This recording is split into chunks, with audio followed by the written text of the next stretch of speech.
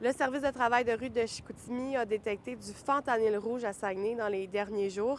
L'organisme fait régulièrement des analyses dans son site de détection des substances et dans ce cas-ci, la drogue en question, c'est du fentanyl, mais qui est combiné avec des benzodiazépines. La différence, c'est que ce qu'on a pu voir, en fait, là, avec le service de vérification de substances, c'est que le fentanyl était positif aux bandelettes de benzodiazépine. Dans une substance, tu peux avoir comme plusieurs sortes de molécules, puis ils ont chacun leur propre ADN. Fait que on a comme des banques de données, puis le spectromètre dit « OK, c'est beau, j'ai comme détecté tel type d'ADN. » C'est avec ça que vous avez compris qu'il y avait des benzodiazépines. C'est inclus de benzo. Mais tu sais, c'est exactement...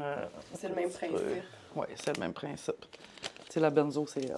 Fait que là, les deux ont testé positif dans l'échantillon que vous avez testé. Il faut dire que selon Santé Canada, à la base, le fentanyl est 100 fois plus puissant que la morphine.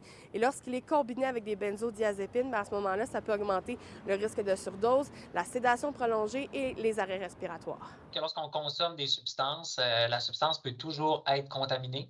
On appelle qu'elle est contaminée, c'est qu'il se retrouve avec une autre substance que celle qu'on pense consommer. Bien qu'à leur connaissance, le service de travail de rue de Chicoutimi n'a pas noté de cas de surdose en lien avec cette substance.